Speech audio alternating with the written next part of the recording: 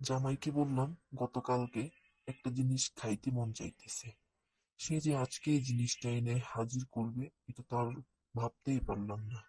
যাই হোক, সে যখন আনছে একটুখানি ঘুরাই ঘুরাই দেখতেছিলাম, এত সুন্দর প্যাকেজিংও করে।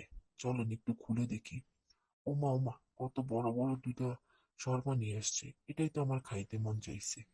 প্যাকেজিং দেখে তো মনে হইতেছে অনেক ভালো হবে, দেখতে অনেক বেশি সুন্দর হবে।